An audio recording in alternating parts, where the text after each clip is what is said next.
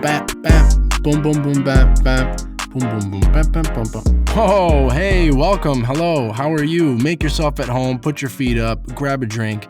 Welcome to the Glentendo Podcast. I have a show now, and welcome. This is going to be a Nintendo podcast. We're going to be having a lot of detailed and interesting conversations on everything Nintendo. I've always wanted to do this. I've actually always wanted to have a show, and I feel like now is such a good time because there's so much excitement about Nintendo, and they are back in the forefront of pop culture again, and we're kind of seeing a bit of a renaissance in their design, not just with the success of the Switch, but also reinventions of a lot of their franchises. And this is just a great time to be a fan of video games and Nintendo specifically. And of course, we'll be taking trash talk to new heights, levels, apexes, places that the mind would have a lot of trouble conceiving of. The human mind is just so fickle and limited. And we're going to expand that through the art of trash talk. No, it won't even be that bad. We're just going to have great conversation and see where it goes from there. The show will come out every Friday for supporters of the show, depending on what tier you jump in at. And it'll be out every Monday on the free feeds for all of you little cheap no friendos. Honestly, any support means a lot to me, and these shows are not sustainable without support. So I'm really trying to deliver something that people are going to really enjoy and extends far beyond people who may already know me, and hopefully reaches people that don't know me at all. Speaking of which, a lot of you guys know me through the Smash community. You can't talk about modern Nintendo and talk about the Switch without talking about Smash Brothers, but this will not be a Smash podcast. We'll talk about it here and there, but it's not the focus of the show. And so if you guys are eager to learn about or talk about Nintendo outside of the Smash community, this is a great podcast for you. So here on the first ever show, I could think of no one better than truly one of my best friends in the whole world, and also a fellow Nintendo expert, a great guy all around, my friend Arhungry. We'll be covering how we met, the latest Nintendo Direct Minis that we received this summer, and the rumors on a all-new Switch expected to be out next year. So that's what we're covering. That's what's on the show. I hope you guys enjoy the podcast. Leave me some feedback. Consider becoming a friendo on Patreon. This first episode will be a little bit longer than what we aim to do in the future. We got a little gratuitous with the stories. I get it. All right?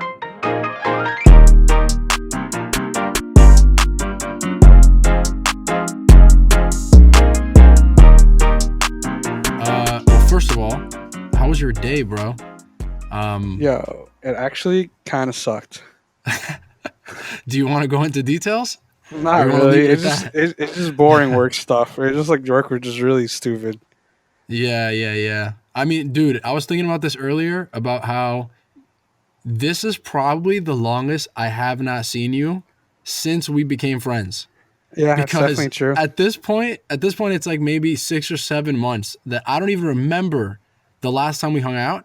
And I just remember I'm getting like flashbacks, like writing the show and everything and just thinking about what we were going to talk about. I was like, oh yeah, like at some point we were hanging out like 2 or 3 times a week. Yeah. And then it kind of, over the years, it split into maybe, once a week and then once or twice a month. And now we're on the 7-month no hangout.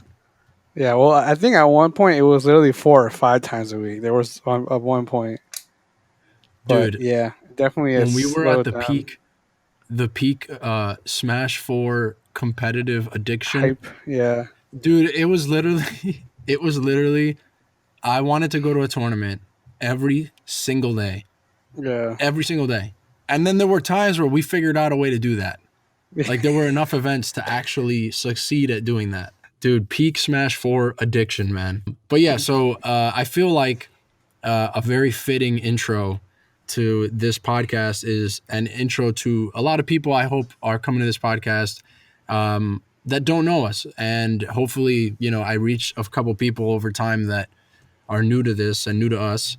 And I wanted to start with, if you remember the day that we actually met, because I don't actually remember. Maybe you do, but I just remember going to tournaments and to Smash 4 tournaments. This was like in 2015 or 2016. And I vaguely remember that I like lost to you in bracket a couple times in a row, but I only remember one specific time. Like the other ones are a blur. I don't remember what characters we were. I don't remember anything. I just remember us talking about it, and I remember this one time where you switched to Lucina game 3 and then you won, and I was so tight because I think it was like that was the closest I'd gotten at that point. And yeah, I don't really remember exactly. Do you remember like the first time that we interacted in any way, shape, or form? Okay, so I remember seeing you around because at that point you were still wearing the bowler hat. I knew you were gonna bring this up, man. Because I was hoping that you would forget this completely. Why would I forget that? That was just a stupid hat. It was 100% stupid and regrettable, bro. I did not want you to bring this up. And I'm like, I just like kept seeing you because like it's hard not to see someone wearing a bowler hat when no one else is wearing a hat at all. And it's summer; it's like hot in that room. It's like super hot, and you still wearing that hat. And yeah, and in my defense, all right, the hat. I will explain the origin of the hat because some people ask me to this day about this because, like you, that was their introduction to me. Was that the phase where I was wearing this hat all the time? So I was in California on a trip, and somebody bought me the hat as a gift, and so I just wore it a lot. And I'm like, oh, this is cool. I could just wear a hat, and then I don't have to comb my hair. I don't have to worry about my hair. I could just get dressed, take a shower, wear a hat, and you're good to go. I didn't think it would become this notorious of a hat, bro. Okay, I understand it's a gift. You know, that's something different. Yeah. But that's just what I saw. I'm just like, why is that dude wearing a hat? Like, why is that dude wearing a bowler hat? And then we finally have to play each other in bracket, and it's actually funny because it was Fox Link. Wait. So are you claiming right now on the record? You're going on record. Is this the first? Are you claiming to remember the first time we played in bracket? Yes, the first time we played in bracket. Dude, I literally do not recall this at all. And it's gonna be funny because the first game was extremely close, right? Mm-hmm. And you just barely edged me out, right? Mm-hmm. And I was pissed because you did not know what you were doing. Yeah. Right? I could just tell you did not know what you were doing. And I can confirm right now, if the jury was out for a couple of years, I can confirm that is 100% true. And you were hyped about it. You're like, good game, man. You know, that was so great. Like I was like, dude, it's just game one. I actually said it to you. Right? I was like, I do remember that. I remember that because, all right, I don't want to cut you off for too long, but as a side note, I think the reason why I was so I remember feeling a little embarrassed because you were like, dude, we still have to play the rest of the set. And I was so excited about taking a game. And the reason I was so excited was because at that point, Fox was the kryptonite for me. Like, I hated that character. I hated fighting him, and I would always lose. And especially in that venue, I'd lost to like 3 other people that played Fox already. Okay. So I think I was like, oh, I barely beat Fox. I'm so cool. Okay. To me, I was just relax, man. Like, yeah. And game 2, I was pretty close, but it was still like I took it pretty cleanly. It was still like, you know, it's Smash 4. Like any game, but it's actually even or it's close. Yeah. And then you didn't say anything after that, and I'm like, yeah, I bet you won't say anything after that. Like in my head. Yeah. And then game 3 was not close at all. I think I like 2-stocked you with low percentage. I remember that. I do remember that. Yeah. And I'm like, so funny. Yeah, and I'm like, okay, I guess that's it. And we actually had a conversation. You're like, what do I do? And I'm like, yeah, I don't know. Link sucks. And we just kind of talked about that for like 10 minutes. That's so funny. Like, I don't remember that conversation. I do remember, now that you mention it, I didn't know this was the first time we played, but I believe you that it is. And I do remember the embarrassment of the shaking the hand after game 1 and then losing the set and getting bodied game 3. I do remember that. I remember the feeling I had of like, oh my God, I look like such an idiot now. God. And I remember, I mean, like, yeah, I don't know what you're supposed to do because I could just camp you and I could just reflect your stuff. And you're like, dude, that's what I said. He has a reflector and a projectile. Like, you just get crazy over that. I'm like, yeah, I don't know, man. Dude, early Smash, that boggled my mind. Like I did not understand the game well enough to understand that you could have a projectile and a reflector and be balanced. I didn't think that that was possible.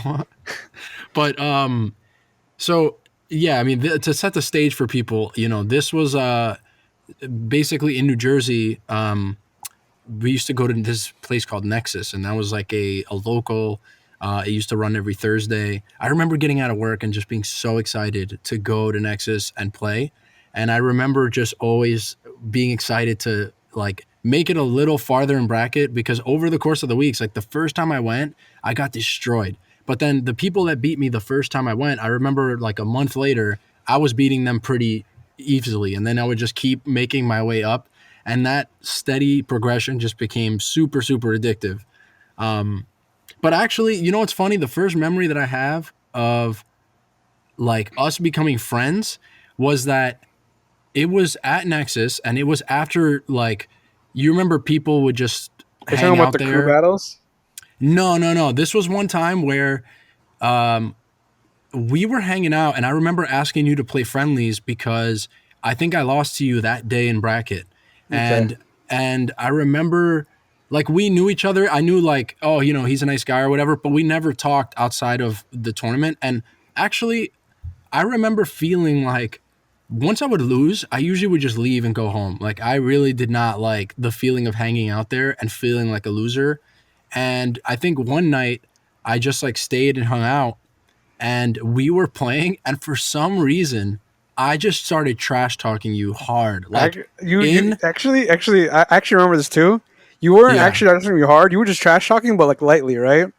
Yeah, Right. okay. It was because Yeah. you were It still testing started the light. waters. You were still testing the waters, right? Yeah. And I just made a joke that, like, in retrospect, it wasn't really that bad, right? It wasn't, yeah. And but everyone around me was like, "Ooh," right? Yeah. And then once you heard that, well, the joke was, I forgot. He's like, You said something along the lines of, I said something like, you should have never this. And then your response was, oh, yeah, well, you should have never been born. "Yeah, that's And what I then said. That's what I said." that was the line. Yeah, and I thought that was nothing, right? And then everyone Yeah. went, "Ooh," right? I'm like, "Man, was that mean?" Like, because as you will find out, we are actually really, really good friends, but we're actually also really mean to each other, just verbally. Like, we just like to talk trash, right? Yes. So, well, we don't mean it, Right. but And it that's the sounds moment. really bad sometimes. See, and that moment where you said that, like you said, I was still a little hesitant to kind of like go full throttle with how I usually trash talk, like with my brothers or like with my cousin. But then when you responded with that, I was like, oh, he's one of us. And then I just went, all right, we can go full throttle after this. So it was so funny, man.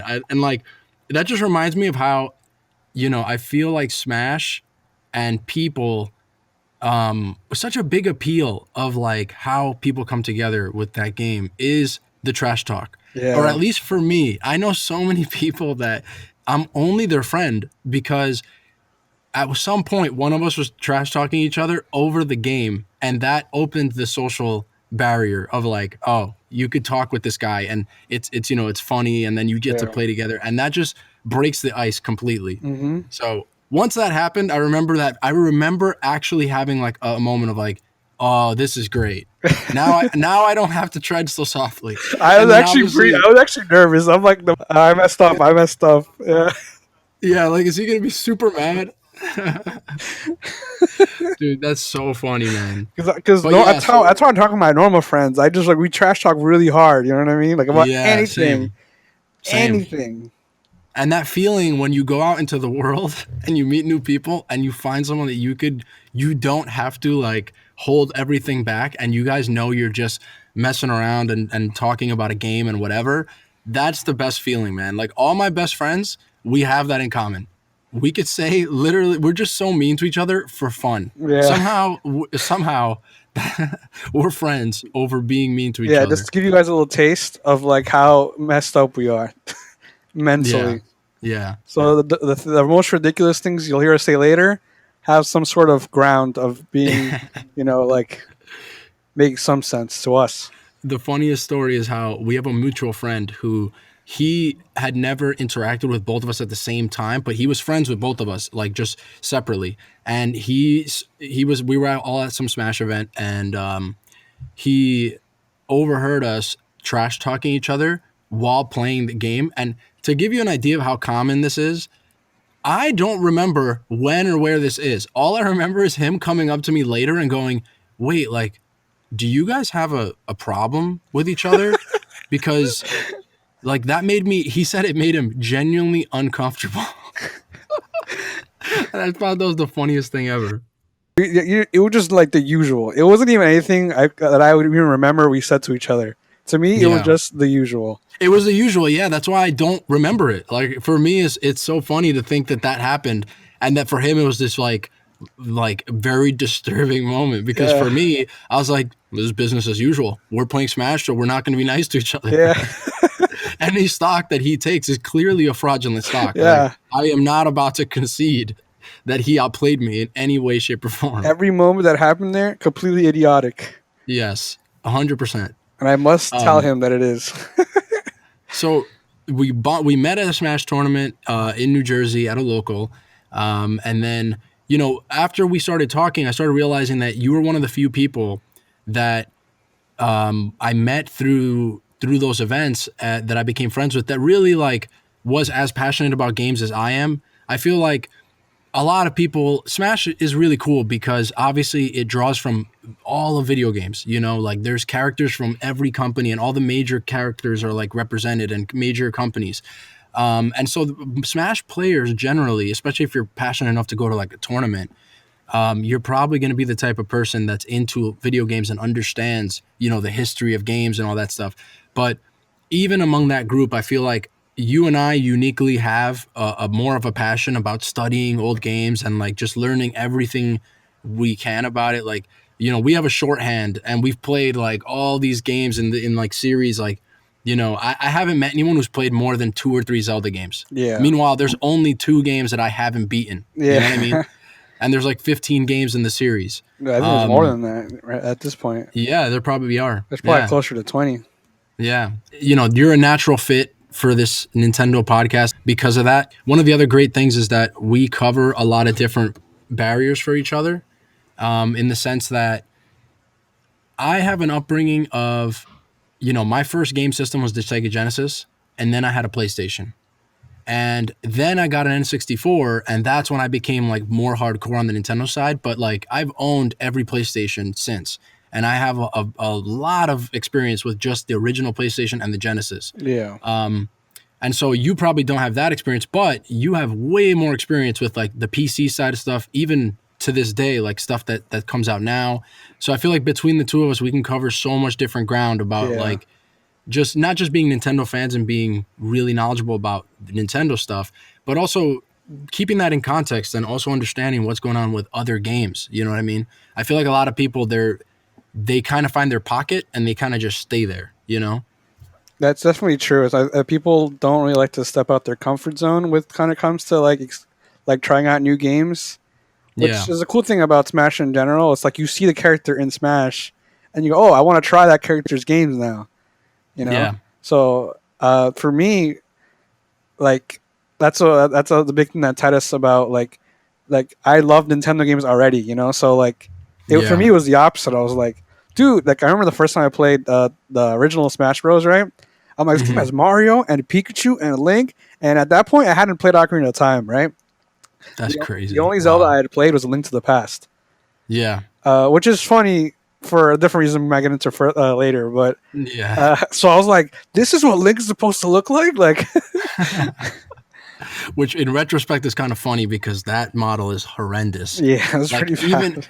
Even back then, like I remember being really excited about that for maybe like 6 months, and then like after it became, wow, he looks so bad in this game. Like DK, Link, and kind of Samus, they're like the very strange looking in that game, even when that was a modern game. But I was gonna say also, it's just that for me personally, I had like a really rapid succession of games from just hand me downs, right? Hmm. So even though I'm 25 right now, so that age range is for people like my age. They're usually either N64 kids or GameCube kids. You know, like that's kind of like Yeah. the range there. But I actually Yeah. started with the Super Nintendo because of the hand me downs.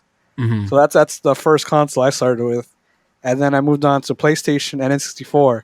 You know, my sister had that PlayStation, I had N64, but what that really meant is that I had both of them. Yeah. I don't remember you ever really talking much about like the PlayStation games that you had played growing up. It's because another funny thing about that, I didn't have a memory card. Oh, that's right. You did tell me that. Right. So, because the Super Nintendo didn't need a memory card, N64 didn't need a memory card. So Yeah. we were like, "What? You're gonna buy another thing?" Like, no, we're not buying that. Like, Yeah. so Yeah. I actually ended up beating Ape Escape and Crash 3 uh, without saving. Like leaving it on overnight and stuff. Um, Ape Escape, I had to leave it on overnight, but Crash 3, I played it just one day to beat it. Dude, Crash, yeah, I could see that because that's like It's pretty, doable. it's a Yeah, pretty that's uh, short game. yeah. I remember beating the original Tomb Raider and we didn't have a memory card and we left it on overnight and we got really far. And then by when we woke up and went to go continue, the PS1 had froze because it was up all night and it was hot. Yeah, And so we just lost all that progress. And I remember back in the day, like the fanboy wars on the playground at school, and it was like, yeah, well, you need to buy a memory card for your system, you know. And then the PlayStation guy would be like, yeah, well, you can't have cutscenes on your game, and like, it's so funny how that used to be a sticking point. Like, oh, do you want to save? Do you want to buy a memory card, or do you want no load times, et cetera, et cetera? Like the things that define that generation is yeah. so funny in retrospect. Well, what I was getting at is that I think both of us had like a lot of variety early on, Yeah. and that's what kind of led us to have more like a really big variety later on. You know? Yeah, and also just perspective, right? Because I feel like, you know, one of the things I did as a kid is when I got into PC games as a really young kid, I'm talking about like, you know, StarCraft and a few other games. I didn't really get super into it, but that one game made such a big impression on me that it really did color how I looked at and what I appreciated about Nintendo games. Like my experience with Sega, with PlayStation, and with that some of those PC games. When I finally fell in love with like the N64, like that's the system that really did it for me. I look back and in retrospect, it's very clear that a lot of the stuff that I felt was missing from those games is what I really loved. It made me really like the Nintendo stuff Yeah. of that generation. For me, I think about Nintendo games in general was that the gameplay was always really important.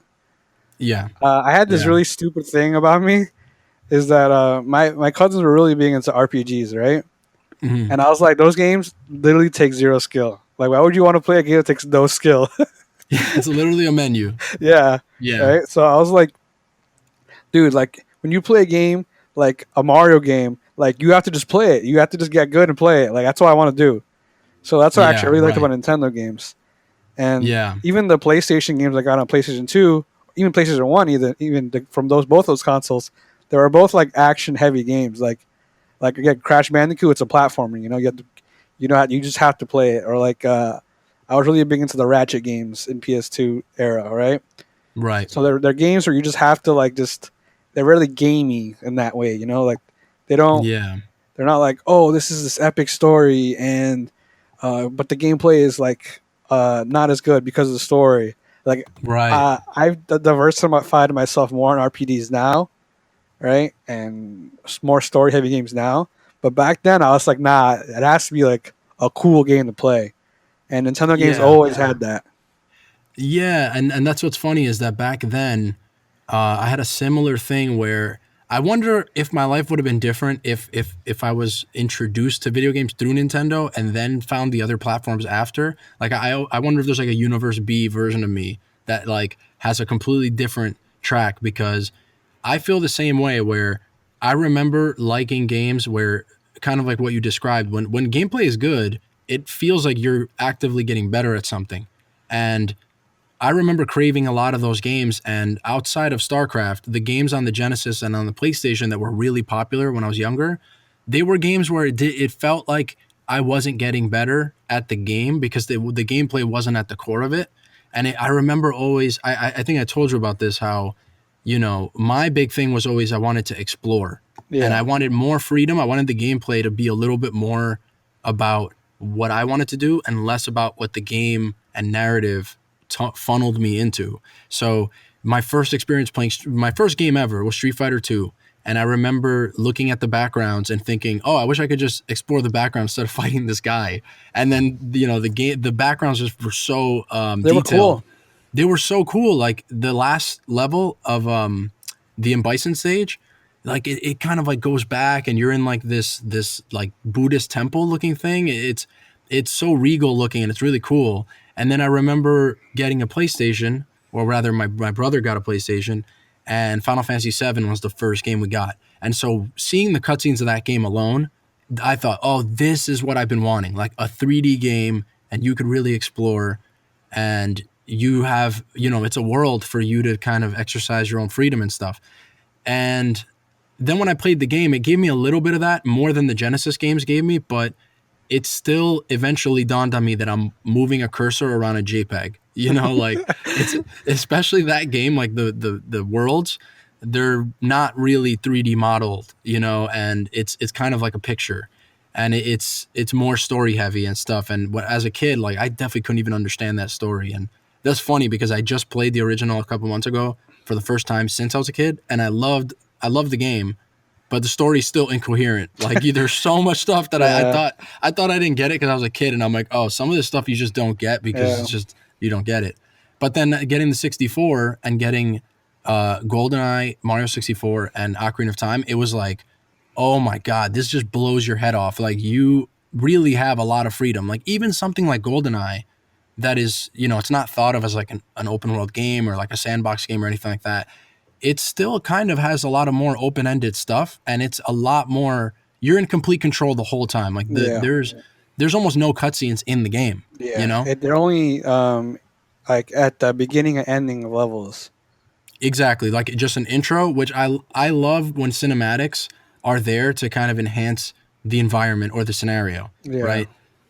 That's kind of, I feel like, why the Nintendo games have been so special for us. It's Mhm. like that gameplay being at the focus of everything all the time, and always being like, at GoldenEye, I felt that I was getting better at shooting. You know what I mean? It may be by today's standards because it's not twin stick. It's kind of primitive, Yeah. but I remember just being like, oh, I could shoot the guy in the kneecap and then he's on the floor, and then you could shoot the guy in the head, and like you could just think Like about it in his so many cap different falls ways. off. Now, I thought it was always cool. Like how their caps fall off. Oh, that's right. I forgot about that. I always remember like- that because in the second stage, like where you start in the air ducts, right? Mhm. You could like look down while he's like in the bathroom, and you just shoot Yeah. him because like it's like And you don't then- even think about it. You're like, and his cap and then flies hat comes off, and I was like, and I always remember that because at the time that level was really tough for me, right? Yeah. The fact that I made it that far was like an accomplishment for me because it just didn't make too much sense. Yeah. Like because most games that I played were platformers at that point.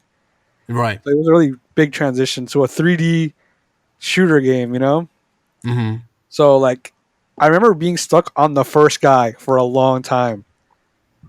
Because when you start the game, the first level, right? Oh, me too. Like I you remember turn, feeling the same way. you turn left, and that guy would just kill and then you. there's a guy just runs. Yeah, he's like right by that little bridge. Yeah.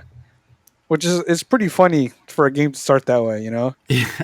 It's just like, yeah, this guy just kills you. They gave you like a very small space for you to get acclimated with the controls, but it's so small that you just stumble upon your first enemy and just die immediately. Yeah. I remember Yeah. feeling bad. I'm like, dude, I died. I feel like I feel that if you love Nintendo, right, as a person, really the thing that they've kept at the forefront of their entire universe and their design and their games is that everything is centered around the gameplay. And yeah, their games have, great characters and great stories, but all those things are there to benefit the gameplay. And they're the only company in the game space that really like has a monopoly on that. Like if there are other companies that of course do that too, like I would say Valve does that. I would say there are a few others, but you know, they have this kind of like very focused approach to design. It's interesting to have a company that has that strong of a viewpoint about what they're making. I mean, You and know? also across like all their titles, you know, Yeah. like even like a series like Fire Emblem, like the 100%. Yeah. tactical gameplay of that, like it's not the most tactical RPG, right? It's not the most tactical tactics game, right? Because Mhm. calling it RPG is a little misleading. Um, Right. but uh, everything that's outside of it that people like enhance the gameplay, you know? Yeah. Yeah. And by the way, the term RPG, I always hated that term as a kid because basically if there were people who would say like, oh, Zelda's an RPG, you're playing the role of Link Yeah, because I it's a hate that. role-playing game. And I'm like, well, technically then everything is an RPG. Mario, you're playing the role of Mario. You Yeah, know, it's like it kind of becomes a useless term if we could just use it for everything. But yeah, we get what you mean when you say an RPG or a JRPG. yeah, um and yeah, to what you said, not only is it across different franchises, I think if you look at all their creators and the famous designers that have come from the company, it's so cool how they all have very unique properties and as creatives, but they all have that one philosophy in common. Like if you play a Miyamoto game or you play a Sakurai game, they're very different. You know, yeah, Sakurai makes games that Miyamoto would never make and vice versa, but they are always so focused on creating really great unique gameplay at the center of everything and then wrapping up everything else around that, you know? And that's something that's like, especially compared to what Microsoft and Sony do with their first parties. I mean, they definitely have some franchises that are more focused on gameplay over others, but it's not like a company, it's not a philosophy of the company. It's not the DNA of those companies as their first party studios. that's definitely true. Even like Yeah. because it's not to disparage against the other companies, like Of um, course not. Yeah. especially a lot of people give Sony slack, but if you look at their games, like the Studio Japan, like Sony games, a lot of those games are also really gameplay centric, but it's like other games they produce are also they're kind of go against that. So it's special to have a company that's only that, you know? Yeah, and to the Sony thing, I think it's because the games that they usually market, I think that was their early on, that was kind of their identity against Nintendo. Because when I was a kid, I would just remember the when the PlayStation came out, and I was still super young. Like I don't know the day it came out or anything like that, but I just remember when I got it, and the people who liked it and the way it was kind of like positioned in everyone's mind was that it was a more mature console and it was cinematic. So it's like Yeah, if you think about all the games that really I define that console, like Final Fantasy VII and Metal Gear Solid, yeah, those games people described like, oh, the story is so great and like the cinematics. yeah. And when you think about the other games that define that generation on the Nintendo side, Ocarina of Time, Mario Mario 64, 64, you know, the 4-player multiplayer games like Smash and GoldenEye and all that Mario stuff. Kart. Yeah, those are all games where people were, I mean, a little bit for Zelda, I guess people do talk about the story for the time, but mostly it was the gameplay. People talk about going into Hyrule Field for the first time or playing 4-player matches, split screen in GoldenEye and stuff like that. Yeah. What are you playing right now, actually? The Nintendo or non-Nintendo? It doesn't have to be Nintendo specific. I'm playing a few games. Hmm. One I'm playing Bayonetta, which is on Switch. If you guys want to check that out. I mean, But you're playing the PC version. yeah, I'm playing the PC version because yeah, why wouldn't you play your multi platforms on? It's crazy that PC? Bayonetta is almost like a first-party Nintendo game now. It's a weird scenario because It's Nintendo does insane. I would not have own never the seen that. IP. Nintendo does not own the IP. From And what? I would have never seen that coming just from knowing Nintendo's brand Yeah. and seeing what Bayonetta was when it came Well, out. it's interesting that I want to give Nintendo some credit here, right? Yeah. Because a lot of people are like, "Oh, Nintendo just makes things worse," right? Like, they kind of had that reputation ever since the Mortal Kombat days. Like Oh, like because of the blood, replacing the blood with the sweat in the yeah, Super Nintendo version? right. Right. So, Okay. the Wii U and the Switch versions of Bayonetta have like Nintendo themed costumes for Bayonetta, right? Right. I saw that. Yeah. And the original, the design for the Link costume, they showed it to Nintendo, and they were like, "This isn't sexy enough for Bayonetta." Oh my God, really? Yeah, they're like, "You have to make this more sexy. Like, like don't hold back." You know what I mean? Oh my God, that's amazing. Yeah. That So is a like, completely different company than so that just goes to show you that I think Nintendo gets a little more slack, even though I think they're more understanding of what gets on their system. You know. Yeah. So I'm having a good time with Bayonetta. The one thing that I will say about that game, and I know everyone knows it, is the quick timed events are just really bad. Because if Yeah. you fail them, you just instantly die. You could have full health and you just instantly die. I So think quick time events just in general are just like, I hate them personally. I've kind of turned my opinion on that after playing the Wonderful 101. The Wonderful Oh, okay. 101 has like Yeah. the best quick time events of all time, including the singular best one.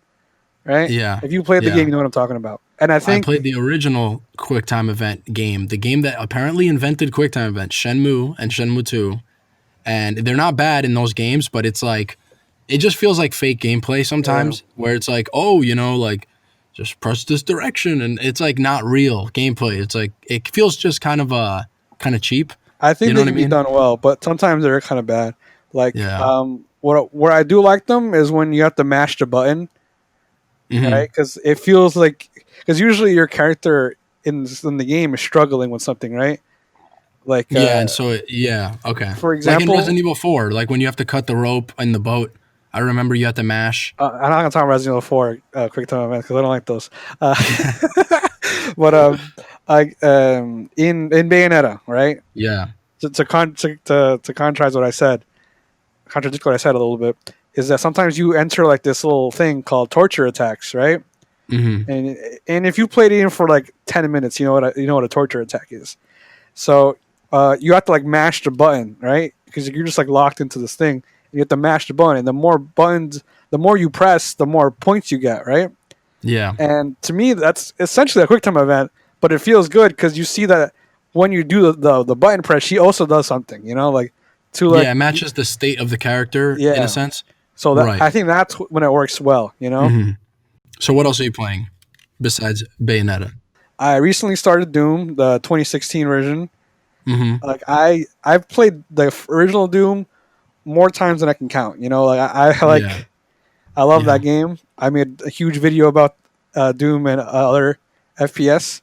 So Hmm. it's about time that Yeah. I checked out the 2016 version, Hmm. and I am enjoying it now. But it's not. I don't want to say I dislike it because I do like it, but I just thought I was going to enjoy it more. You know what I mean? Yeah. Hmm. I'm not sure what it is yet, so I don't want to Well, talk too much you about it. haven't finished it yet? No, I just started it. Okay.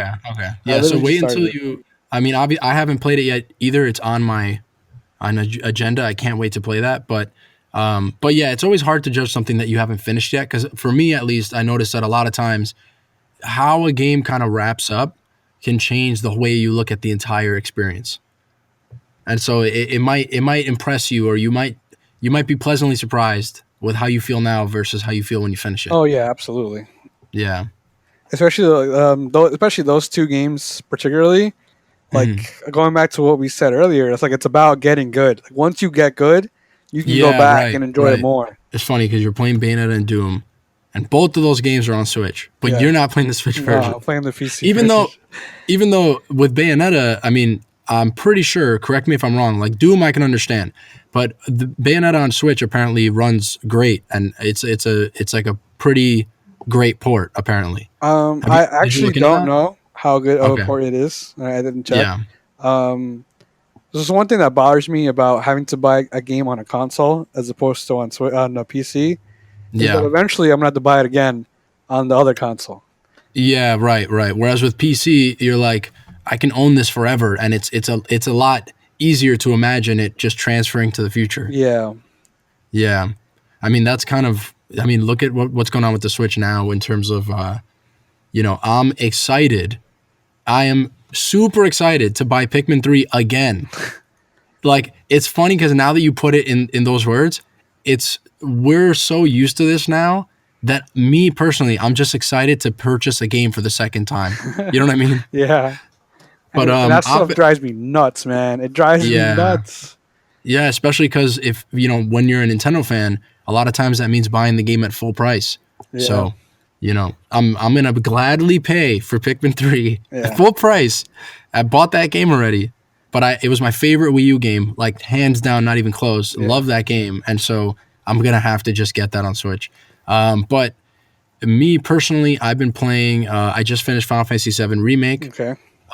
So I'm gonna be jumping back into Switch games. I just bought Luigi's Mansion 3 and A Hat in Time. They were both on sale. Yeah, I don't know if that sale's still up, so you guys might want to look into that. yeah. And if But I paid $60 for both of those games instead of just paying $60 for Luigi's Mansion. you're So listening to this from a year from now, it probably won't be on sale. yeah, exactly. Even a couple months from now, Yeah. Luigi's Mansion for sure won't be on sale. Yeah, And obviously, as usual, I've been playing a lot of Mario Kart every week yeah, and Smash.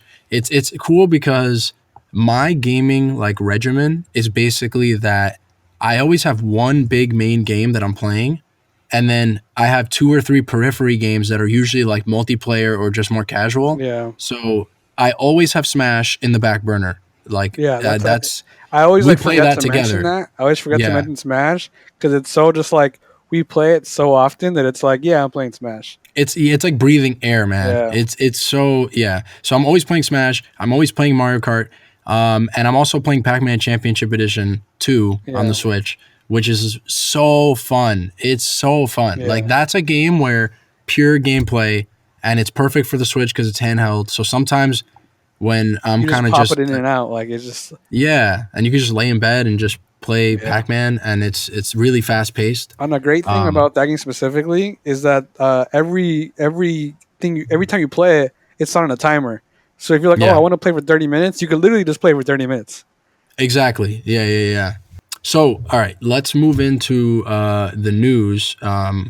And so I think the biggest news this week, which is it's funny that this is the biggest news because we had a mini direct, but this is bigger news to me than the direct.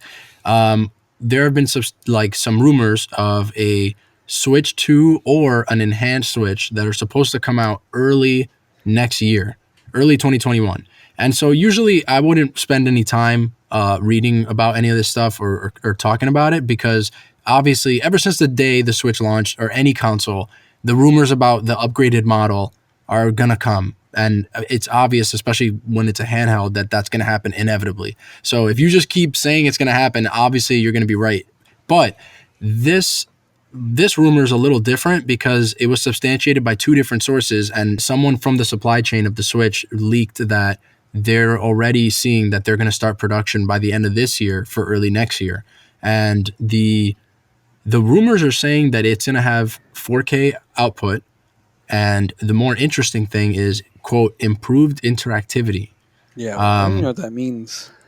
So, all right, I want to start there because I feel like, you know what I thought that meant? Like when I looked into it more, and for me, I was like, what could that mean? Improved interactivity, right? Like at first I was like, all right, are they going to change the controller? Are they going to add some touchscreen stuff?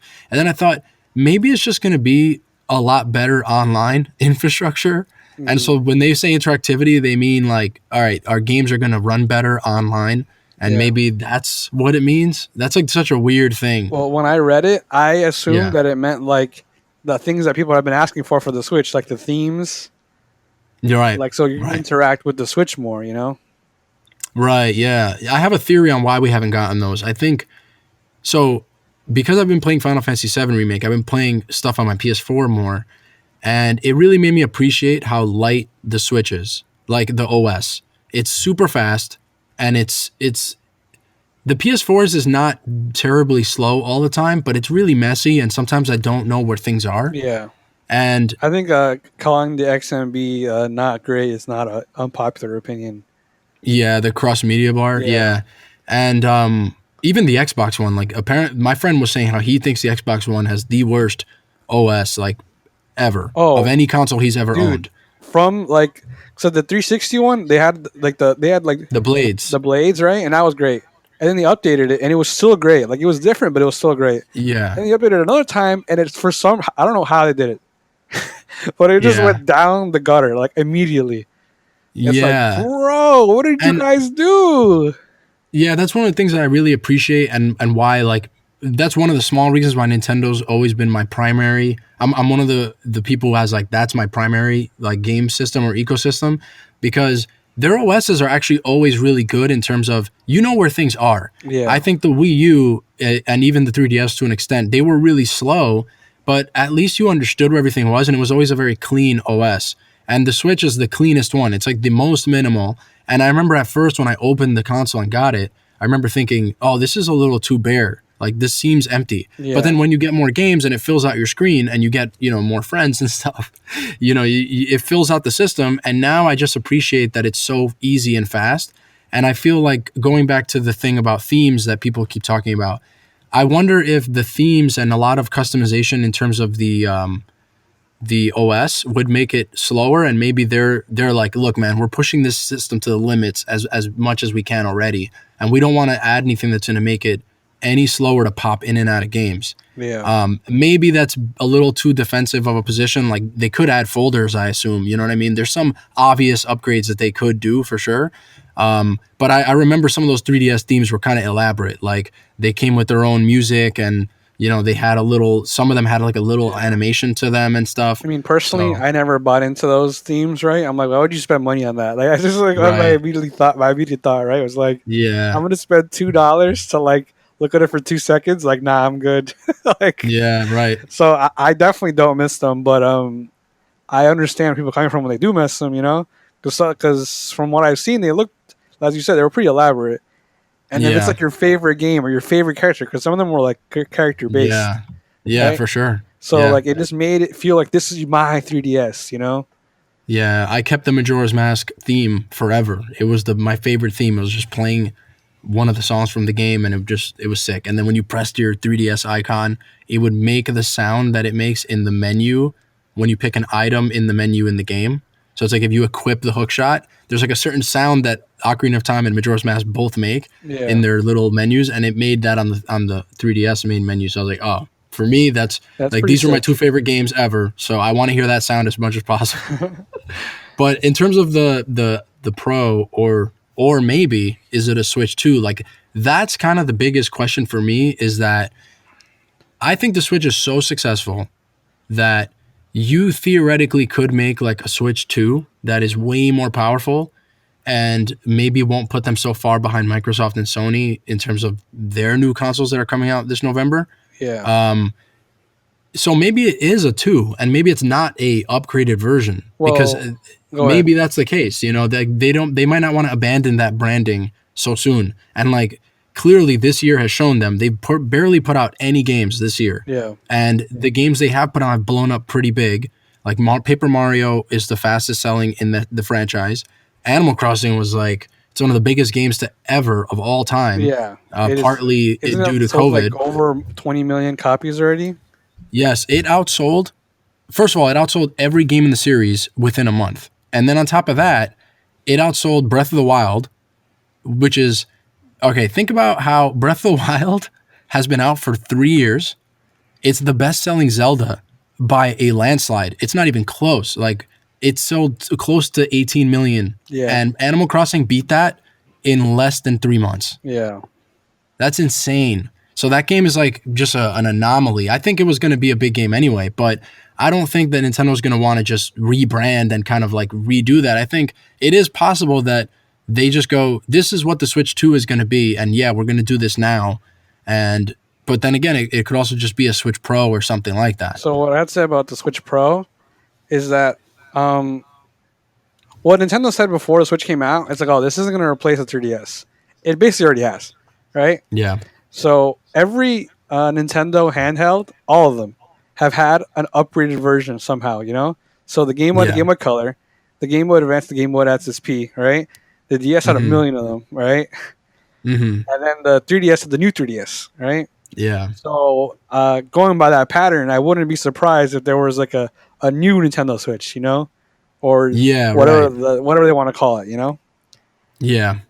And I think also one of the mistakes so the Game Boy Advance is a good example too, because when the DS was announced, they said this is going to be like a third. Their third marketing pillar. speak was the third pillar, right? So it's like if you have a Game Boy Advance and you'll have a Wii, which we didn't know was the Wii at the time. So it was like the GameCube and the Game Boy Advance, and then the Nintendo DS. Their plan was to have all three, which is insane to think that anyone would even have believed that they could support three different platforms at the same time. I think they were just protecting themselves because, from what I've heard, when the DS before it was released, they were really scared that nobody was going to buy it.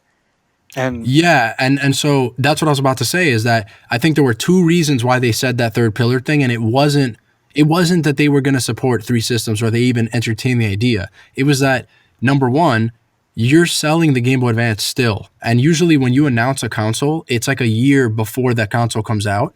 So you always have to do this thing of making sure that anyone who just bought the previous console doesn't feel like they just bought something that's going to be obsolete. Yeah. So when the Switch came out, they were selling a lot of 3DSs at that time. And even like a year later in 2018, the 3DS was selling pretty well. So they couldn't just look at those customers and tell them, oh, too bad you bought a 3DS. We're not supporting that anymore. And like, good luck.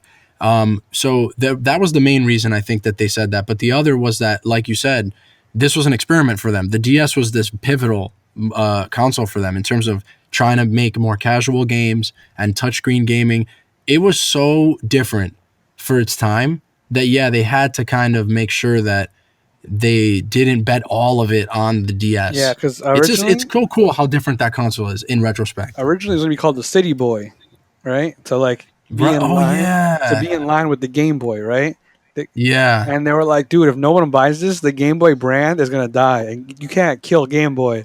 You know, Boy, because if you look at sales numbers, the Nintendo is actually super big on their portable gaming. Yeah, like that's always been more. Yeah, they just are super profitable in that area. No one could even come close to competing with them. So to kill a brand like Game Boy, right? I think the Game Boy ran like the original from 1989 to like 2003.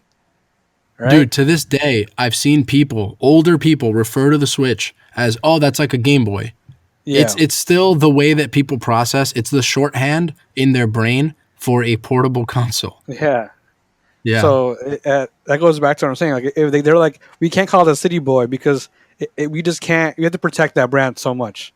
Yeah, like we have to separate it from any association of the Game Boy, so that it doesn't. If this goes wrong, we're not harming the Game Boy. Yeah. Me personally, if it turns out that this is a Switch Pro or a Switch 2, part of me is the Switch is the last console that I have bought at launch, and I'm kind of committing to that because I think that when I was younger and game systems were coming out, it was a lot easier for me to be into buying a system at launch because it was, especially in the Nintendo consoles, they were very reliable. You know, my launch GameCube, I actually did end up buying a new GameCube, but it lasted till the end. You know, I could have just kept my original GameCube, and my N64 to this day runs fine.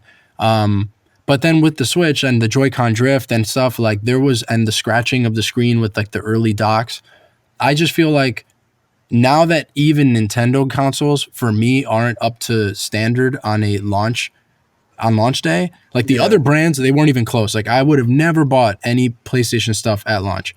And definitely not Microsoft. Like they have so much more of a checkered history with that. Like I had one of those yellow light of death PS3s, and so after that I was like, all right, I'm only gonna buy Nintendo stuff at launch. And then now even the Nintendo stuff, like I just sent a Joy-Con to get fixed, and it was my launch Joy-Con. It got fixed twice now. Well, so my Joy-Con drift too, and I can't send them because the COVID stuff. They just don't do that right now. Oh, they're back up now. You can send them. Okay. Yeah, you should look into that. But yeah, so for me, like it's out of the question to buy a launch system. I personally would love to have an upgraded Switch. Like I actually usually always keep the default system. I never usually upgrade. I have the original DS, and I never bought the DS Lite, which is insane because the DS Lite was so much better. Yeah. Well, DS Lite, did it have the Game Boy Advance cartridges? Like, did you put that in there? Yes, it did. On the DSi, you could not. Right. You could on the DS Lite. Yeah. And on the original DS. But yeah, I never upgraded. And so with this system, though, I feel like I play this system so much, and there's so much that I would be so excited to play some of the games I already bought and just simply have them run better. You know, I think a lot of the first party stuff runs great as is. Like Mario Kart runs amazing. Splatoon runs great. But, there are certain games where, and especially when it comes to the third party stuff, if you're telling me that like I can buy a Switch Pro and even the third party stuff that came out this year, or like the stuff that's to come, like Doom Eternal, if it's going to run really, really well on a Pro, I would probably be into that. I love the Switch so much, and it's genuinely such a great console for me that this is the first time where I would probably upgrade.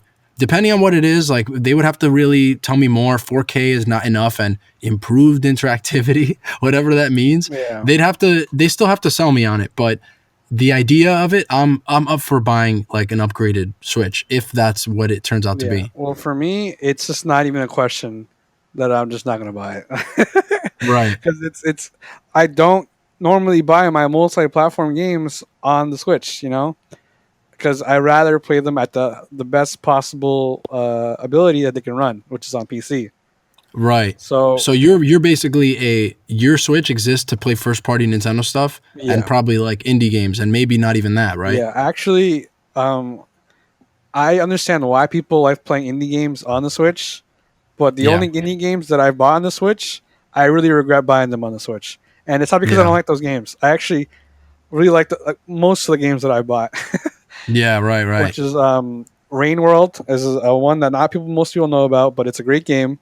Right. But I haven't finished it because I don't want to play it on my Switch. I want to play it on my computer. Downwell, fantastic game, right? And I think you can play on your phone. I think it's an Android game too. Right. But I'd rather.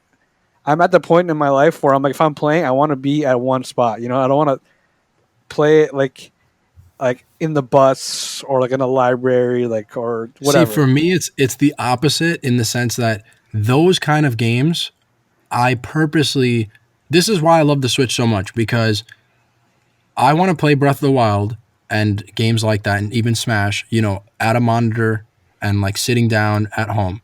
But there are certain games that were great that I bought for other consoles earlier on the Wii U or the 3DS or whatever, that they're smaller indie games that I think are great, but I never wanted to be home and play just that. Like Shovel Knight, I enjoyed that game way more when I could take it with me because it suited when I'm out and about and doing other things. That's when I personally like to play those kind of games. Yeah. So I've been playing more 2D games and indie games now than I ever did, just because I can just take them with me. For some reason, my brain, when I get home, I don't want to put that on a big screen. I don't know why. Yeah. There's something there. Or like even Pac-Man Championship Edition, I'm playing the heck out of that, and it's only because I can take it with me. I wouldn't rush home to put Pac-Man Champion Edition on my big screen. Yeah. Something I want to mention that for me, it's like, okay, I have an hour. I could play something like Pac-Man Champion Edition. You know what I mean? I'd say so it's a time thing for you. Yeah, right. Like even at home. Yeah. So I have an hour. I could play Pac-Man Champion Edition. Be in the zone, because I want to give the game the attention it deserves. Yeah, I see what you're talking about. Yeah, of course. But yeah, so then, let me put it to you this way, because part of the rumor is also that, Breath of the Wild 2 is going to be a launch game for the new Switch, and that's why this year has been so light, which I don't know how much I believe. I think COVID probably had way more to do with why we have no clue what's coming out. Yeah. And why so many things just kind of like Paper Mario was announced out of nowhere on Twitter and wasn't part of like a bigger announcement. But, let's just say that this is true, and Breath of the Wild 2, probably the game that I'm the most excited about, like bar none, not even close, across any platform. I think the industry in general, like this is the game that everyone is waiting the most for.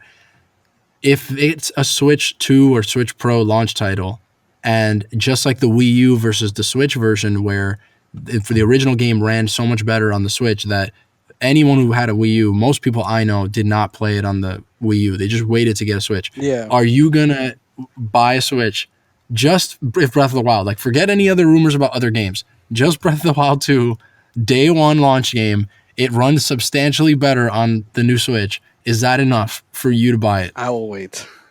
Oh my Dude, goodness, I would not be able to do it, bro. dude. When did Breath of the Wild come out? 2017, right? 2017, yeah, I think I played that game in March. 2018 or 2019. That's true. You did, yeah. And Because you didn't buy a Switch at no, launch. because I don't buy I don't buy games at launch. I don't buy consoles at launch because Yeah. it's never right the first time. You You know? know what though? And that's becoming more true. I started the habit of buying things at launch back in the day when it was like, the first console I ever bought at launch was the GameCube. I was so young and I still found a way to save up my money and buy a GameCube at launch Yeah, and then buy Smash a month later because it actually didn't come out in November. It came out in December. And back then it was like, yeah, the game that you bought is the game that it is today. There was no Smash only got changed in terms of like they reprinted it in different regions and there's subtle changes that you can barely notice, but as yeah, today it's like, Breath of the Wild is a great example. There was a really big patch that cut down a lot of the performance issues of that game. And so you're right. It's even I would say that like when you see that something is even affecting like first party Nintendo stuff, that's when you know that it's just like this is the best you're going to get yeah. because they're usually the last to change practices like that And and that's have like day one patches and all the other tropes and things that everyone else is acceptive of in other on other platforms. yeah. And I kind of been that way my whole life, and not on purpose. At first, they were just Yeah. like a money thing for my parents, because my parents would buy my consoles, right? Yeah. So like when people were playing the PS2 and the GameCube, I was still playing N64, you know. Right. So like Right. it was just like, oh, like I'm already used to waiting. So it became like a thing. I was used to it, and then I was like you hear about these horror stories, you're like, it's a good thing I waited, right? So Yeah. now for Yeah. me, it's like, okay, now I'm used to it. So it's optimal to just wait, you know? Dude, Nintendo was always the holdout. It was always like I remember my friends who bought a 360 at launch and the PS3, and a year later they're like, dude, I had to buy another one or whatever. And I was like, oh, well, I have a launch Wii. And yeah, maybe it's not the most powerful console, but it turns on every day and it works every single day. Yeah, And then go into, fast forward to my Wii U. Not, I had to fix the gamepad like 4 times. Like I had a launch Wii U and the gamepad it did this weird thing where it started to get shorter how far away you could be from the system, yeah, and it would just keep disconnecting. And at first it was like, oh, it disconnected once, and then it disconnected a little bit. Let me move a little closer, and then eventually it became that the system it would not work unless it was right next to the system actually touching it. yeah. So then with the Switch, obviously, like I said, that was the last launch thing I'm gonna buy. But if Breath of the Wild 2 is a launch title for this thing, I don't know. That might be the only game that'll make me break my allegiance to this new path because I just have to play that game. I have to play that game. But yeah, so that would make a lot of sense with why this year is so light. And, nothing says light year for Nintendo like the recent mini direct that we just had. Oh boy. Oh man. And so this is the second direct we had this summer, mini direct. They did a good job of naming it that so that we wouldn't get our hopes up too much because obviously the expectations for directs are just through the roof in general. And so, this is good that they at least were like, look, man, we're calling these mini directs. We're not trying to hope. We're not going to have a Smash character at the end of this. Yeah, You're not going to see they're not trying to Breath pull of the your Wild wool 2. like to pull the wool over your eyes, you know? Yeah, and they called it a partner showcase. So, the games that they announced were Kingdom Hearts Melody of Memory, which comes out November 13th. Yeah. A game called Fuser, which comes out this fall. Taiko no Tansujin, which is a big. The Taiko franchise is really big. It's bigger than you would expect, but it's mostly big in it's Japan. huge. Yeah, it's huge, and even just the character, like I've seen him everywhere. Yeah, the little drum dude. Yeah, World of Tanks, which is also another really big Enormous popular game. Enormous game. And it's out now. It's free to play for the Switch. It's free to play on everything. It doesn't look great. It's not like the most. It kind of looks like a PS2 game, to be honest. Well, that's when it came out. You know what I mean? No, I mean the Switch version. No, I mean World of Tanks. That's when it came out. Oh, it did? Yeah, in that era. It's Oh, that that old makes a already. lot of sense. Okay, yeah, because that's what it looks like. It looks like a freaking PS2 GameCube era game. Yeah. And then Big Rumble Boxing Creed Which Champions. is I have a vendetta against that title. So this was one of the things I alluded to earlier when we talked before, where I was like, there's two things in this direct that are really funny to you specifically. Number one, you're a huge Rocky fan. So there's a Rocky game coming to It's Switch. not called Rocky. It's not called Rocky. Somehow they didn't put that in there. Even though it's clearly a Rocky game and they used the theme song and everything when in the trailer.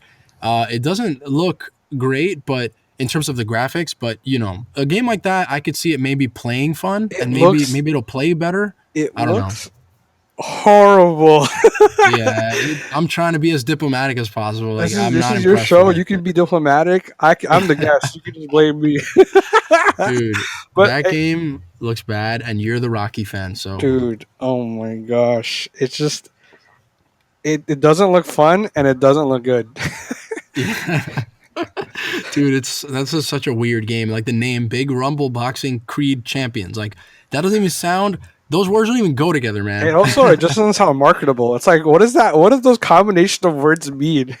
Okay, so a kid's gonna go into the store and he's gonna go, I want a Rocky game on Switch, and they're gonna go, all right, let me type Rocky into the search of the computer, and they're not gonna get anything. Nope. And then oh, did you mean Big Rumble Boxing Creed Champions? You're like, oh yeah, that's the game I wanted to get. Yeah. So that comes out in spring 2021. It should probably be delayed because damn that game looks like it's taken out of the oven the second it was put in. It didn't cook at all, bro. It's like, yeah. So the other thing I was going to mention was, well, let's get to this other thing. Collection of Saga, which is called Collection of Saga Final Fantasy Legend, December 15th, 2020, which is funny because I don't know if you've heard of this series before, but it's not a part of the Final Fantasy Yeah, series that's actually at what I was all. gonna ask about it because I know there was like Romancing Saga, which is like Yes. that's where it's from. But I'm like, why is Yes. it compared to Final Fantasy? Okay, so this is the funniest thing. The franchise is actually the Saga franchise. Okay. But when they localized it, they were like, oh, we can sell this as a Final Fantasy game. So they just put Final Fantasy in the title, even though it has nothing to do with Final Fantasy. The only thing that has to do with Final Fantasy is that it's an RPG, and that's about it. And even then, the mechanics are different. It's a little bit more like open-ended. It's actually, if you look at this game, those games, they're kind of like the precursor to Pokemon in terms of how they look and like the style of it. Yeah. If you go and listen to like the music or watch the gameplay, it looks like a Pokemon game or like one of the first Pokemon games. So yeah, it's not a Final Fantasy game at all, but it's a collection of 3 games that came out for the Game Boy, and that comes out December 15th. Some people are really excited about that though. So I will say, like, we can have a larger conversation about game preservation later, but those games are really hard to come by today. And the fact that they're getting a collection is actually really, really cool. Yeah. If you're interested in a lot of old games, the last time they were available outside of their original Game Boy run was on like the DS. Oh, And so, yeah. and I think, and those were remakes. Those were not like ports. So like this is a port of the original game. And I've heard that Final Fantasy Legend game is actually pretty legit. Like I've heard people who are fans of that Game Boy Advance. I mean, not Game Boy Advance, Game Boy Final Fantasy. Yeah. Yeah. Just Dance 2021, November 12th, which is a funny thing about this is that this is the first Just Dance game ever to not come out on the Wii. Dude, That's hilarious. Last year, Just Dance was on the Wii. Yep. The series started like in 2009, and it's been on the Wii ever since. So theoretically, if you think about it, that means someone bought a Wii on launch day at 2006. And theoretically, not in a parallel universe, in our known universe, there is a person who bought a launch Wii and was buying a game for it every year up until last year. Well, okay, I have like a story about that. Not personal, but it's just that from what I've heard, right? Is that these Just Dance games, they're really easy to play for the elderly, right? Yeah, right. So they buy a Wii, right? And they just keep buying the Just Dance games for them. Yeah. Because they don't have to think about it, you know? And yeah, and the elderly, they're just happy to be doing something. Yeah. Yeah, and also to be fair, let's say you were playing it on the Wii, the Wii was not able to do any kind of updates or firmware, like software updates or anything like that. Yeah. So, well, actually, it did do firmware updates. It wasn't able to do software updates. So, if for a game like this, unlike Madden or unlike other yearly games, this game comes with new songs. So I could at least see someone justifying the purchase in the sense of like, oh, this year it has a lot more songs that I like. And so I'm going to buy the new version because you Yeah. can't update it and there's no way to buy DLC. It's a Wii game. So, but it's just funny. The Wii is finally dead. As of right now, as of November 12th, 2020, the Wii is dead. It lasted from 2006 to November 2020. Rest in peace, the Wii. Yeah. And another funny side note is that even the Wii U versions weren't being made while Wii versions were being made, Yep. which is just mind-boggling. But yeah, Puyo Puyo Tetris 2, December 8th, 2020. Huge That's a game that is that's a huge franchise. And actually, among our friend group, out of all the games announced, that's the one I think people care about most. I know a lot of people that we know that we're friends with that they love that first game, Puyo Puyo Tetris. And yeah, it's Tetris, and it's like it's Puyo Puyo and it's Tetris. Yeah, like how bad could it be? It sounds awesome. And then there's Final Fantasy Crystal Chronicles Remastered, which is out now. Which I heard was got kind of like a bad score from IGN. So I wanted to talk about that. So the game is getting a bad score from a lot of places, and there's a lot of performance issues. There's also a lot of questionable decisions with that game. Like apparently there's no local multiplayer. There's only online multiplayer, and this is a game that was, it was born as a local multiplayer game. So wasn't it like I don't know if Wear game or something like that? No. So actually I have a funny story about this, and it kind of ties up with some stuff we were talking about earlier. So I actually bought this game at launch. It was a GameCube game. Yeah. And it was one of the few games that used the Game Boy Advance link cable to do co-op. And the reason I bought it is because, so we're going to get into a bigger conversation about third-party support on Switch and where the system is and kind of, the improvements Nintendo's made and stuff.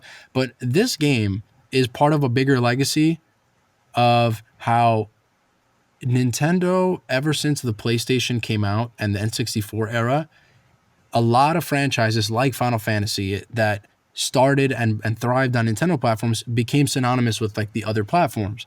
And so fans like me who love Final Fantasy, we always wanted those games on the Nintendo systems, and like the Final Fantasies that were on Nintendo consoles, like 6 and everything before that, was before my time. So for me, 7 was what Final Fantasy is. So it's part of this legacy of you finally get a franchise that you've always wanted to be on Nintendo, but it's not how you want it. So it's like, oh, we finally have Kingdom Hearts, but it's a music rhythm game. And it's like, oh, we finally have Portal on the Switch. It's like, no, it's a bridge constructor game that has a Portal skin over it.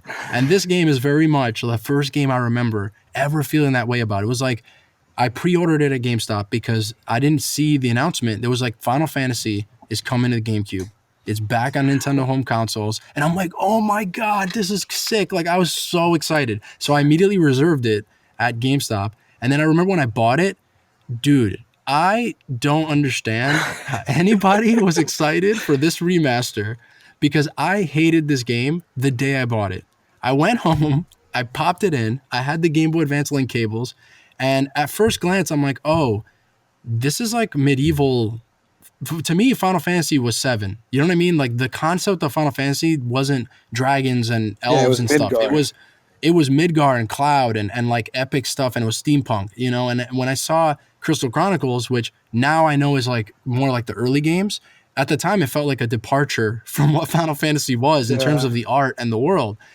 But that wasn't enough to kill it. What killed me was that when you play the game, they have this concept in the game, which is a very like cheesy concept, that there's like a poison cloud that's through the game. Yeah. And you can't separate from your teammates because you'll be consumed by the smoke. Yeah. So it's really just a poor excuse to keep to keep it a co-op game and keep people together.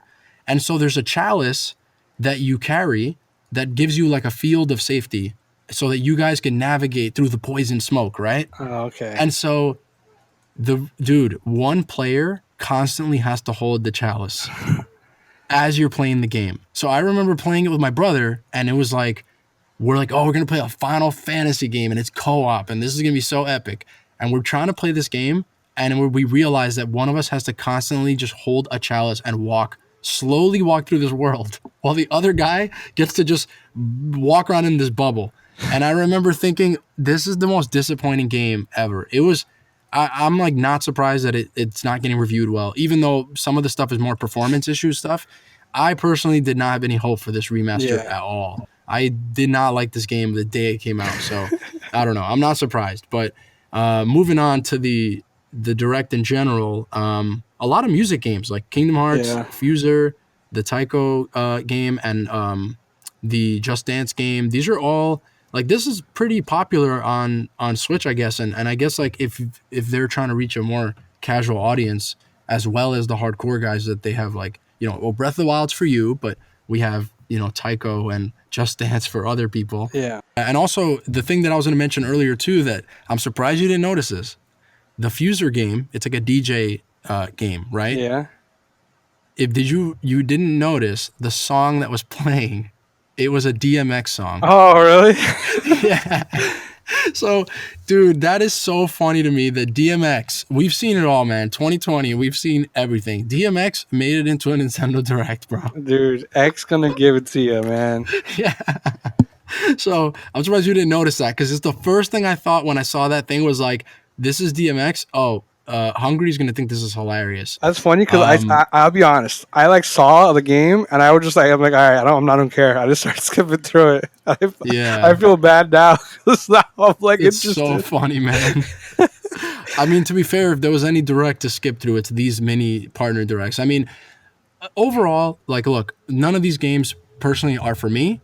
I'm not excited for any of them. I'm not really even a big Kingdom Hearts fan, so this Melody of Memory game, well, it doesn't look bad, but it's just not for me. I think that these mini partner directs are kind of just, these are games that would have been sandwiched in between bigger like tentpole Nintendo titles, or even something like Bayonetta 3 that's like a big Nintendo exclusive that we're waiting for. Yeah. And because I think COVID maybe ruined their schedule, and now they're like, we just need to put these out as separate little things because these announcements need to be made before the games come out. But we can't carry them the way we used to, where we could sandwich all these things between things that people really get excited about. Well, another thing people don't realize is that filming the Direct is a multi-person process, You know, Koizumi isn't like snapping his fingers in an empty room. Yeah, right. Right? So there's like a cameraman, a light guy, a sound guy, right? And, they can't do that right now. Right. So I'm sure even if they had a plan, or like, because like you said, like the Paper Mario thing was kind of announced like kind of like short notice. It was just on Twitter, right? It's like if they had like this big plan, like let's say there is more games coming out, right? If they had that planned out, like we can't do it. We can't do this whole big production and just people put people at risk. Yeah. Because who's to say like a week or two from now we don't get like this this announcement like, oh, this game's coming like in 2 months, Yeah, and that kind of just leads into the bigger thing I wanted to talk about how, how does this affect your excitement for, as a person who owns the console, and like we're both huge Nintendo fans, and where do you see the system's place in terms of this year, in terms of how excited you are for it? Because when I see this, right, what I think is, okay, Sony and Microsoft are about to put out big consoles, and then like Microsoft just delayed their biggest launch title, biggest title, period. They just delayed Halo Infinite into 2021, and I'm just thinking about how, the rumor is that there's a lot of outsourced aspects of that game, and that it's not all being done internally at 505 or 343 Studios, I think it is. Yeah, 343. Yeah, so a lot of that stuff is, COVID is going to affect a lot of stuff, and then you have outsourcing and stuff like that. So there's so many factors. Like, it's not such a simple process. And you already know Nintendo games are going to get delayed if they're not good enough. Yeah. There's no company that is more famous for, they have no hesitation to just delay a game. Yeah. So now we're looking at the situation where the only game that we know is coming is Pikmin 3, and that's a port. So it's Yeah. like that required probably a lot less work than, Breath of the Wild 2, Metroid Prime 4, Bayonetta 3, all these games that we've been knowing about that now we have no clue when they're coming, and they're probably not even coming this year. And so, um, where does this put your excitement for the system this year Well, in terms of just before we what talk you're looking about forward to? that, Yeah.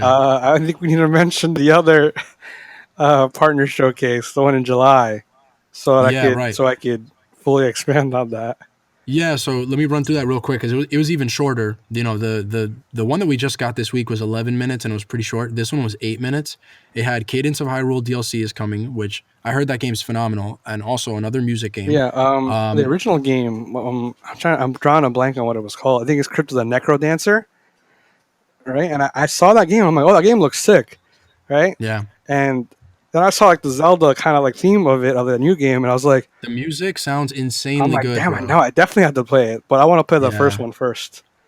Yeah, and the full game, I'm actually waiting for this. They just announced in that new direct in July that the full game with all the DLC is coming out October 23rd. So I'm actually just going to wait for Yeah, that so because I have a lot of I'm stuff to glad I play now waited. anyway.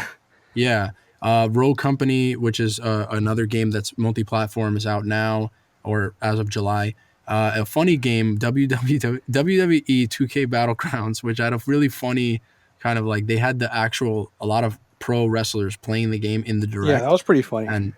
And that comes out September 18th. It gave me a little bit of the Rocky vibes of the Rocky game where it doesn't look great.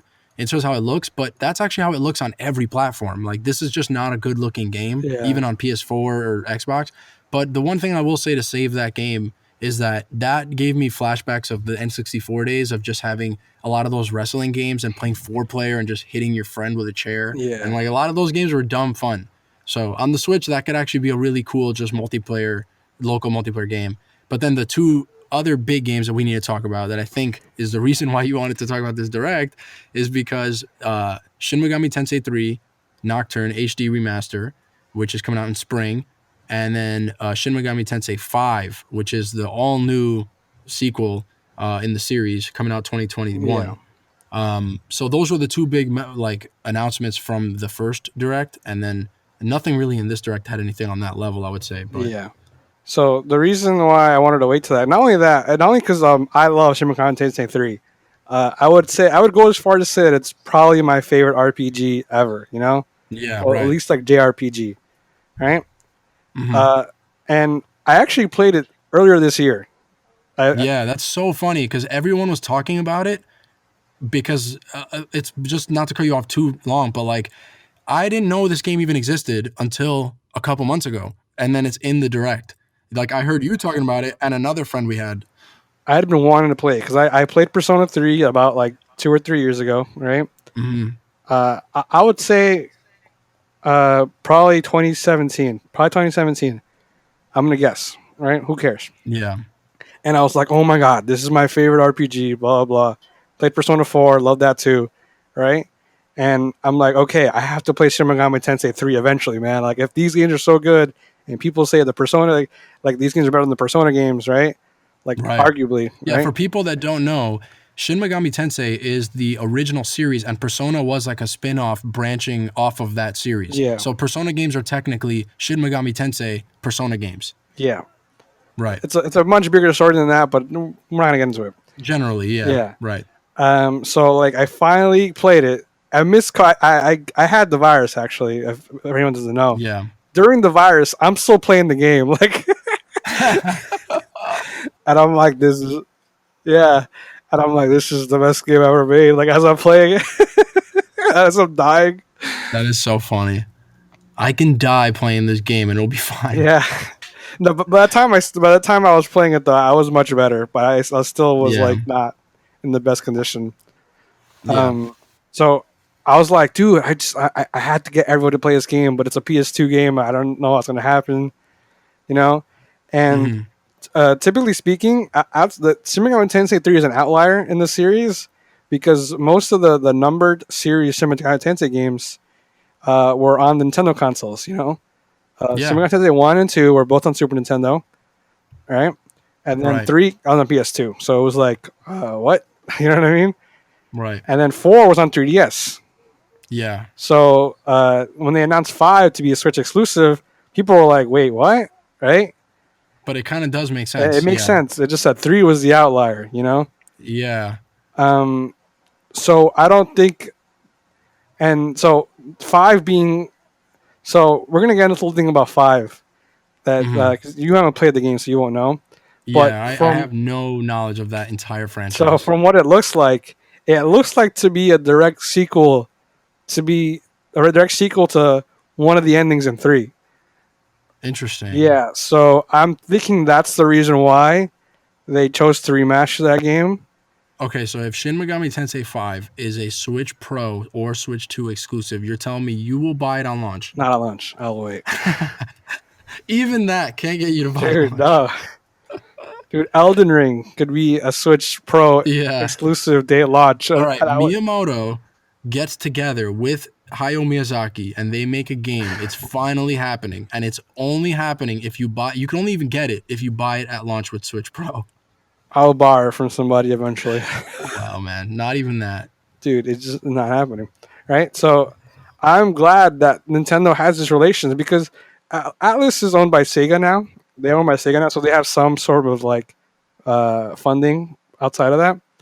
But these are like exclusive deals with Nintendo, which is not in paper, right? It's not like a paper like, yeah, we can't release it anywhere else, right? Of course, right. But it's definitely a thing. You know what I mean? Like, they'll never admit to it, but there is some kind of like backing there.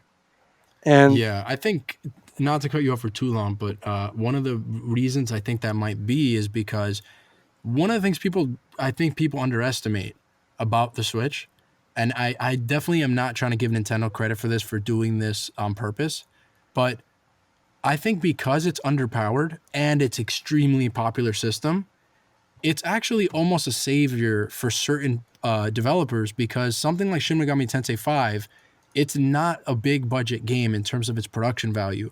And I think there are smaller teams that, they may have problems making a game that is, looks great for a PS4 audience, that is in that older style, and it might not even be in their skill set. So, even something like Game Freak, right? The last Pokemon game got dragged through the mud by fans because of how it looked. But people forget, like, Game Freak is a very small team. That is not a big team. A lot of Nintendo teams in general, as rich as Pokemon is as a franchise, these are small teams. And in Japan, there's actually like less of a culture of making these bigger bloated games and having these big teams and stuff like that. Like, even like what we just said with Halo, where the rumor is that it's being outsourced. So many different sections of that game are being outsourced that it's just being delayed because it takes so much longer. And that game's, think about when was the last Halo game? I think this game has been in development for over 5 years now. Yeah. So that's just a whole different thing from Japan. And going into Shin Megami Tensei 5, like looking at that game at a glance, I think if that was a PS5 game or an Xbox One game, it might not do as well because at a glance it doesn't look competitive. Yeah. You know So what I'm saying? yeah, a thing about There's more of an audience on Switch, to keep it short. There's more of an audience on Switch for maybe games that aren't so, mind-numbingly beautiful. to talk about like something in industry at large, right? Yeah. Even Sony has said this, that the AAA kind of format of games is like really hurting to make. Yeah. They're just getting too big. Recently. They're getting way too big. Yeah. And even on the PS4, we're kind of seeing a little bit of return of like the the quote unquote AA games, right? Yeah, right. Like a good example of that are like the early Naughty Dog and Insomnia games. They weren't exactly indie games, but they weren't huge budget games either. Yeah, right. And or something like Banjo-Kazooie, like for Nintendo. I'm actually more hopeful for the Switch than most people might be, because it's allowing these like big small games, AA games, right, to exist. Right? Yeah. So I think that also will be true for the PS5 and the Xbox Series X coming up, right?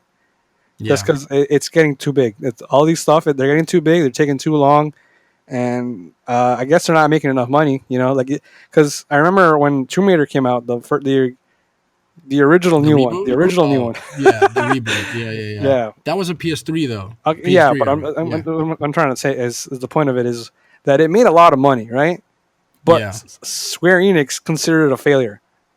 That's right. They were Yeah, I like, this remember that. game did not make enough money. You know, it's like because those games take a lot of money to make. Yeah, it's insane. When you look up budgets of how much money, dude, I remember them saying how Breath of the Wild was the biggest game and the most expensive game Nintendo ever made. And when you look at how big the team was and how much money they spent, it's not even close to some of the big budget games that are just regular commonplace in the industry now. Um, but yeah, I agree with you. I think for me personally, I'm not I'm pretty disappointed in terms of the Switch this year, um, and maybe even next year, because who knows how long things are going to be delayed until. Yeah, And I didn't really get any big announcements this year that were specific for me. Like Pikmin 3 is really up my alley, but again, it's not a new game. yeah, So I'm very excited for that game and I'm going to play the heck out of it again.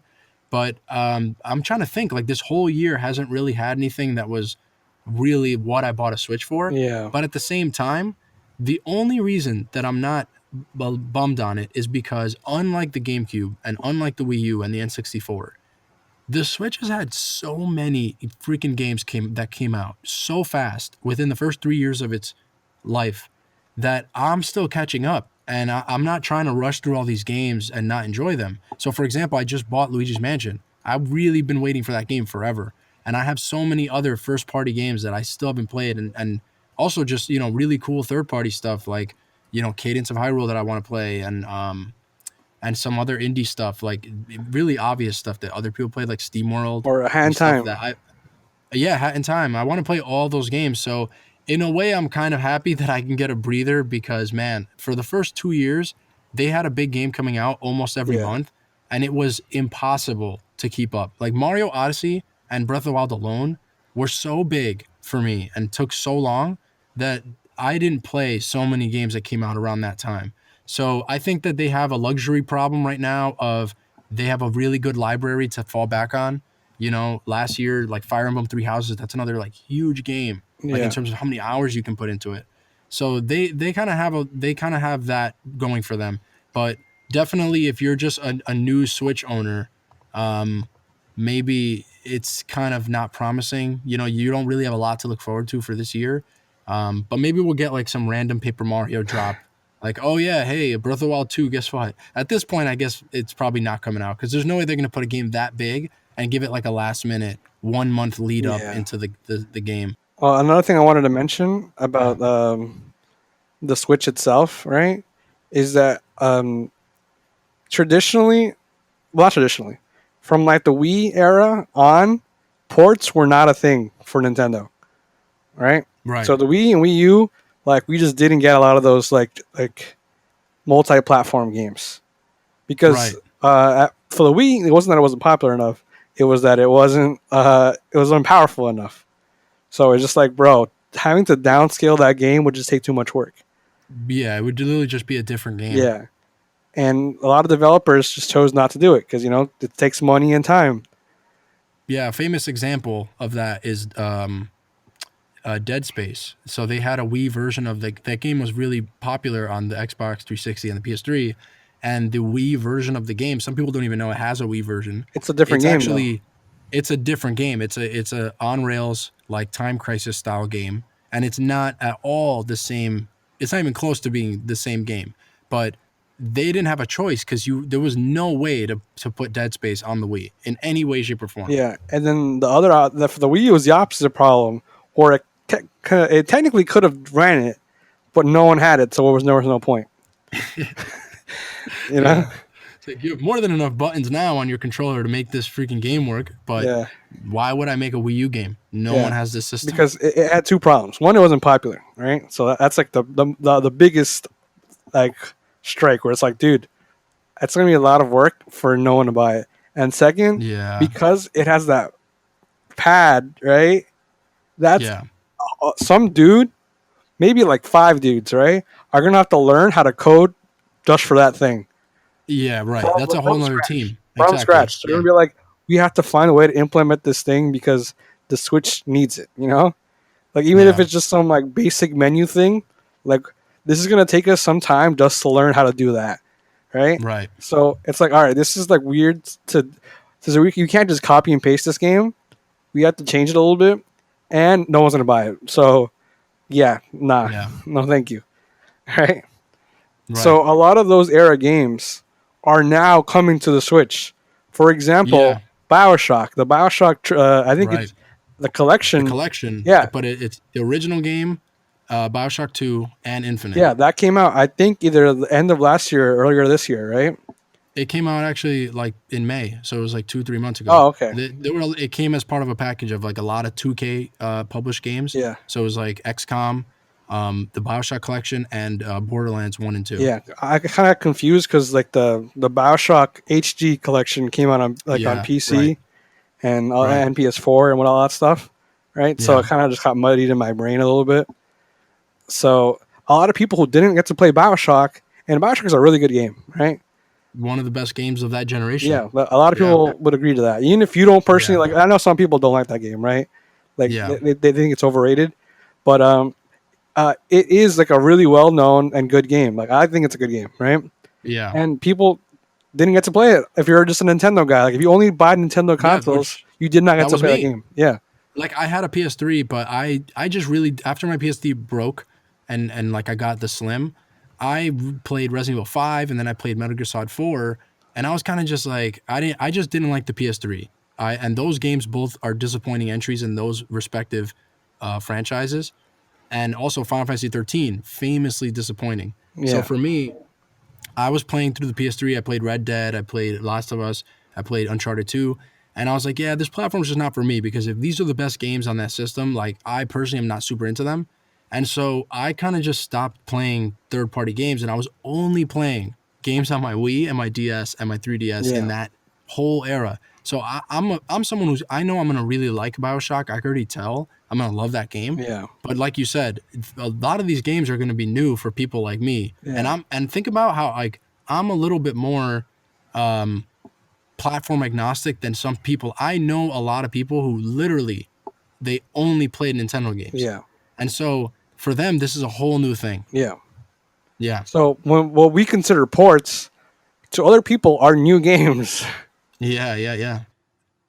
You're saying you're hopeful because things like Shin Megami Tensei and these other AA games and also the ports are gonna buffer the wait before for the next Yeah, big Nintendo game. yeah, because like again, like some of those games wouldn't exist without Nintendo's backing, right?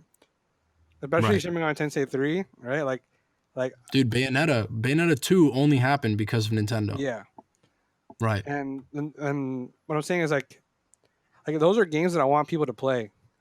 I'm like, yo, this is Yeah. one of my favorite games ever. I want you to play this, right? And it's like, Yeah. oh, how do I get it? First of all, you have to go on eBay, find a PS2, make sure it works, get a controller, get a memory card, and then get the game loose hand. You know what I mean? Like, Right, it's like right. I'm not doing all that. Like, I just not Dude, have so like, Sony and Microsoft must be looking at Nintendo with envy because no one could have planned for COVID, obviously. Like there's just, you can't plan when this is going to happen in any given generation yeah, or in anyone's lifetime. But launching a console at the end of this whole thing and the economy just flies off of a cliff, just yeah. tooth first into the highway. And you can't And not launch it. You know, you spent all this money, like dude, research and that's probably like a development. machine. Yeah, that's probably like a machine that you have to build so much momentum and so many different teams are probably coordinating that you can't just call that off. And so for Nintendo, it's like, yeah, we're not really getting any games this year, as far as we know, that are like these big games. And we have no clue when Breath of the Wild 2 is coming. We have no clue when Metroid Prime 4. We haven't even seen that game. Or Bayonetta 3. We haven't even really seen that game either. Yeah, But that compared to launching a console, they're in a good spot. Their system is the Switch is still selling amazing. It's been the best selling system for the past year. yeah, It's the best selling system every freaking month. So they're in a good spot, even though I think fans want to be, we want more, but I think everyone also kind of understands. yeah. It's kind of this back and forth thing. I'm also in a place of luxury myself in terms of games. Is I have every console. I have the PS4, I have the Xbox One, I have the Switch, and I have PC. Right. So if Yeah. there's like to me to be hopeful is like okay, I'm eventually gonna get one or two games out of this. Right. It's Yeah. like to me that's enough because I have other things to go back on. So Right. if that sounds a little disparaging to some people, where it's like dude, you know what it's like. It's like, I'm like, yeah, I get it, but I'm just trying to give my honest perspective. You know what I mean? So Yeah. I'm giving And you that. I I'm mean, giving those people those caveat of like, I can see where you're coming from too.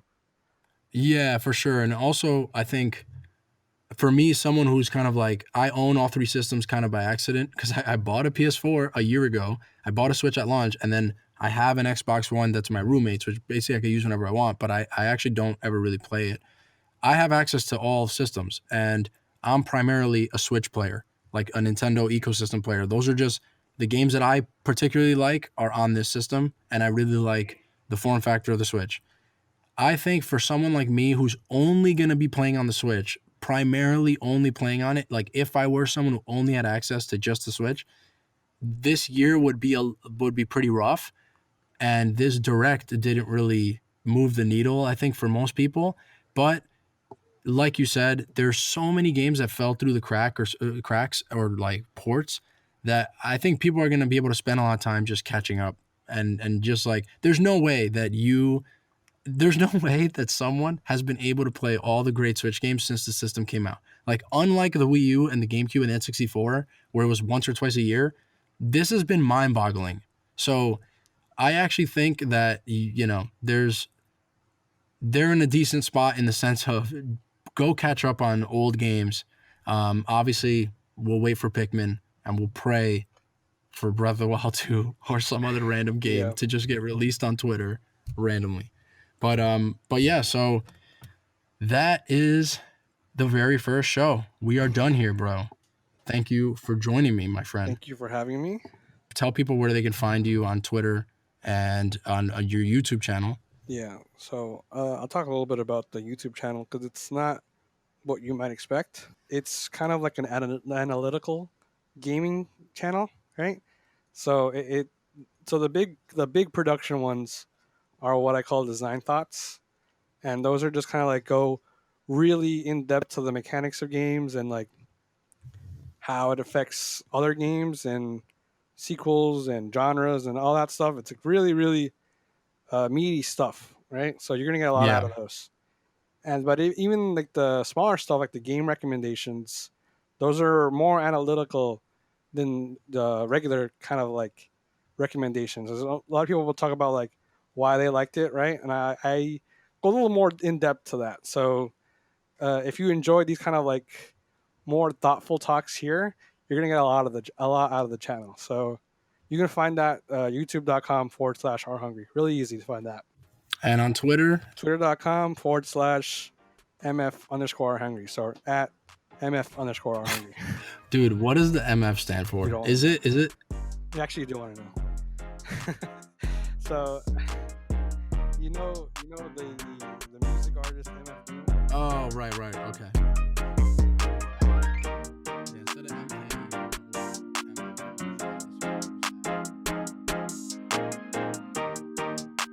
All right, that's it. That's episode 1. Thank you guys for listening. And if you like the show, or if you love the show, put your money where my mouth is, bro. And please consider supporting the show at patreon.com/Glentendo. And if not, that's cool too. Enjoy the show on the free feeds every Monday. And that's it. That's episode 1. I hope you guys enjoyed. We'll be back next week. And thank you very, very much.